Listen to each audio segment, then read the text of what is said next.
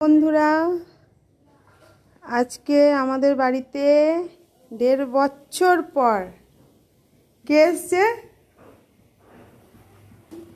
এই যে আমার মা।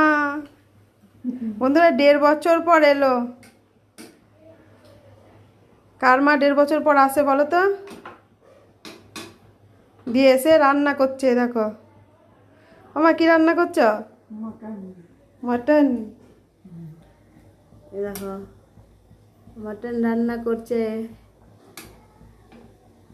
এখনো ভাত হচ্ছে, এখনো শাক ভাজা হবে, উচ্ছে ভাজা হবে। মা কিছু বলো আমার বন্ধুদের।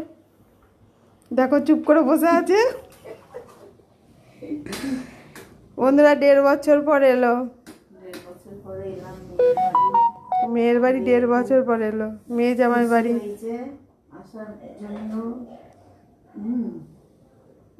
আসেই না। বন্ধুরা, আমার মায়ের খুব শরীরটা তো ভালো নেই।